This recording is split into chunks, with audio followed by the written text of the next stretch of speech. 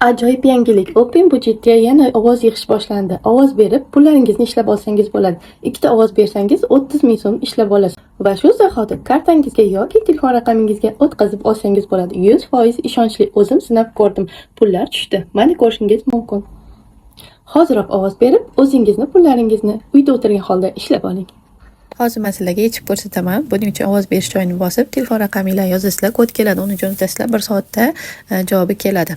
Bizning balansda 50 ming so'm pul bor, kamida 30 ming bo'lishi kerak. Keyin bu yerga yozasizlar. Masalan, 30 ming yechmoqchi bo'lsanglar, 30 ming, hozir men 50 ming yozaman va karta raqami so'rayapti, uni yozaman. Xohlasanglar telefon raqaminglarni ham eshitsanglar bo'ladi. Tasdiqlash tugmasini bosasizlar, ariza ketdi. Endi mana bu yerga kirib to'lovlar kanalidan ko'rib turib kuzatib tursangiz bo'ladi va bu yerda to'lov qilingan odamlarga ham yozib so'rab olsangiz bo'ladi, pul tushdimi yo'qmi deb.